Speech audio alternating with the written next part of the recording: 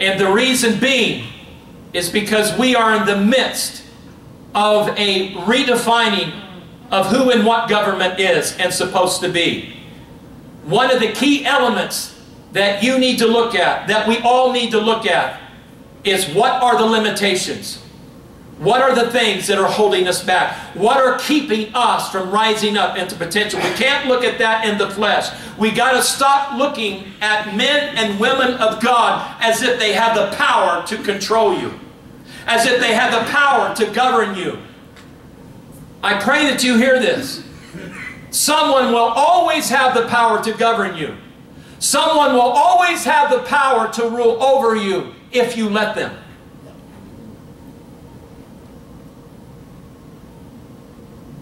You see, you're not under the government of the earth, but you're under the government of heaven. Yes. Amen. And the decision of this is what a government will you live under. That's right. And so if you have been with Mountaintop for any period of time, you will realize by now that one of the things that God is doing is removing all of the forces that have governed not only the earth itself, but mankind. You're breaking the government of time. I don't want time to govern you. Yes. It is an earthly thing. I want you to come up into the government or the time of heaven. It's a whole different time frame. It's a whole different type of living and understanding. I don't want you to live under the laws of physics that govern the earth. I want you to break those laws in the sense of overriding them and breaking those barriers. Those are beyond our practical way of thinking. And may I just say this, that God is redefining what practical is. Because what we have defined as practical is what a little child would live by in the sense of his or her perception of what is practical when they're 1 year old. Don't you know that their level of what is practical changes as they grow up? And God is saying, you just got to grow up into my mind. Yes. You just got to grow up and you'll break out of the limitations. Now imagine this. God is using now the crudest forces, some of the crude things in government to ignite a fire in us to rise up into the Spirit. Because let me tell you, there is no man or woman. And let me say this. This is a unique year for a woman in government. Mm-hmm. That there is something happening. Mm-hmm. Yes. But it's not who you think. That's right.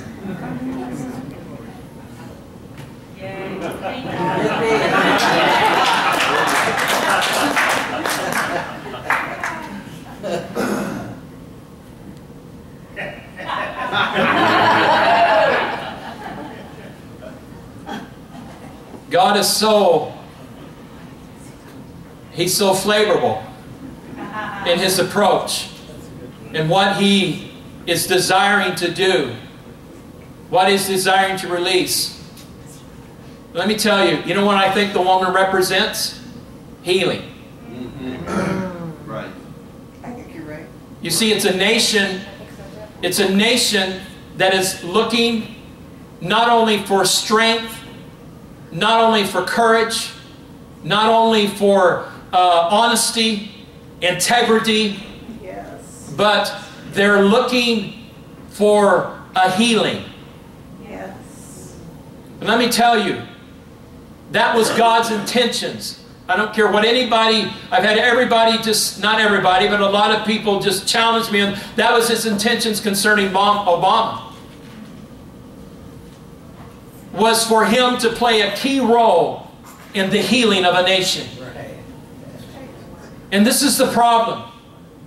It's when you move into power that if you're in anybody's pocket, if people have influence over you, if you start feeding into that, then even the very intent of God can be undermined. Because the choice is still up to you. And I believe that God gave him the opportunity to be a kingdom man, to rise up and to be all that God intended for him to be. But you and I know that all too well about our own life and our own choices. that time and time again we are given the opportunity to step up and do the kingdom thing. And no one is really exempt from that. We are all given the opportunity to endorse heaven on earth and to see it from that perspective. So hear me. Anything that has been limiting that, anything, I remember a few years ago, I thought it was at a different season, and the Lord said, never again will the highest office of this nation be bought or sold. I believe that we're in that time period. Wow. I believe that something is happening in the Spirit to where even the most wanting, even the most authoritative, even the most whatever, that they're not going to be able to buy it. So what does God do? He brings up people. He brings up a people in a field of generation that can afford it. That can, hear me, that can afford not to be bought or sold. Yes. To not be a slave. To not be imprisoned. Yes. And you see, that's what God is doing in the body of Christ. Bringing us out of slavery. Right. A slavery mentality where we feel like that we're constantly subservient to either the most anointed and the most gifted. And listen, it's not their issue. That's right. It's our issue. That's right. It's our issue. I was thinking of the previous presidents. Well, let me finish this thought. Mikhail Gorbachev, in his day, it was 1985 to 1991, and we always heard, you know, the famous Reagan declaration, tear that wall down. But I think some people, you know, as I've gone back and I've looked at some historical things concerning his time, he was actually one of the first leaders to rise up and say, you know what? We don't want to be under this type of government anymore. He was actually one of the first leaders of that country to say, you know what? We need to relook at some things. We need to change our system of government. And I believe that that's what gave that Reagan era the ability to step into a window, because he realized that there was somebody out there that was in an agreement that we don't need this wall anymore. Amen. He played a key role in dismantling the communist grip on power in both the Soviet Union and Eastern Europe. His aspirations for democracy and reform opened up the way for the end of the Cold War and literally bringing down the Berlin Wall. He was removed from presidential office in 1991 during a failed coup attempt. My point is that he upset the cart. Yeah.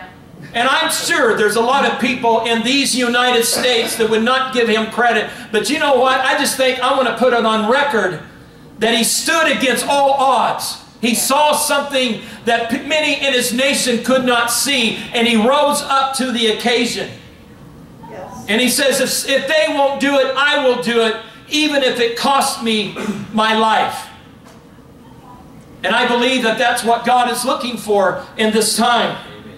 I think of people like Nelson Mandela, who spent 20 years in prison because he just refused to conform to a regime that wanted to rule over, that wanted to control, that wanted to manipulate, that wanted to keep a people from living in the field of freedom that they desired to be.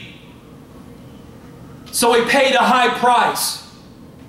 But even in the price that he paid, it injected something in them where they carried it in them for all the 20 years that he was in prison. Why? Because there was something in them all along. All he did was touch the nerve. All he did was rise up and he ignited, he touched it, he was a spark. I want you to know that in these United States, there are people who are carrying a spark. They are going to ignite a flame and it is going to burn. In fact, I believe that even the earth in all of its burning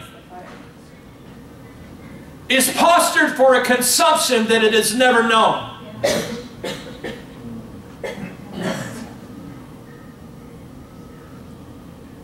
I was looking briefly at history, realizing that there are like 4 presidents that were assassinated, 16 others that were attempted assassination. And when you go down through the personalities of each, you realize that somewhere in the makeup of that, even though they had characteristics that were, quote, not godly, there was something in their makeup. There was something in them that was still pushing the cart and still wanting to bring things to a certain place that other people were not willing to go. Not all of those deaths were strategic in the sense of an enemy taking them out. A couple of them were just people who were deranged. There were attempted assassinations in Reagan's day and others where their mentality was just off. But my point is this, is that anytime you decide that you feel like that God has placed you in a time in this season to become a game change, then you need to know that everything begins to change about your life. But yet you didn't wake up on your own having that. I didn't wake up one day and say, you know what, I think I'm just going to be a forerunner in this or that. I think I'm just going to go against the grain and do this. I could not help but do what I do. And everything else was a byproduct. And so I look at this day and this hour and people that would hear me now wouldn't hear me before. People that would listen to you now in the sense of where you are at in the kingdom, in the spirit, they couldn't hear you before. But they can hear today. Why? Because a barrier has been broken. Yes. A barrier has been broken.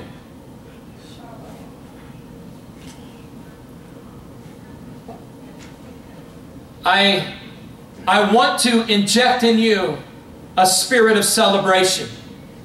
I want to encourage you because this is amazing. The Bible talks about giving Him praise and thanksgiving even when you are in a field when you feel like you have nothing to be thankful about.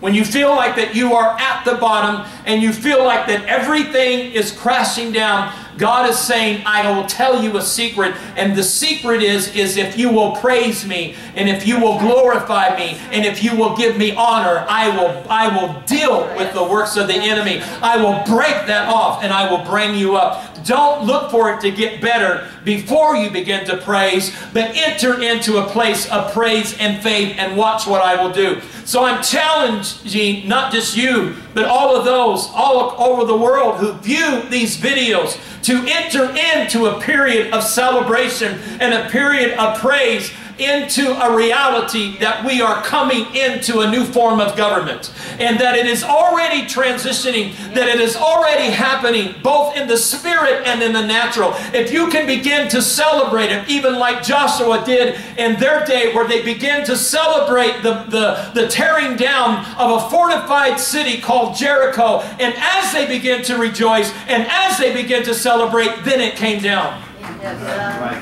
It's an ancient weapon. It is an ancient force that God has given to all humanity from the beginning until now. But I still believe it is a very definite key.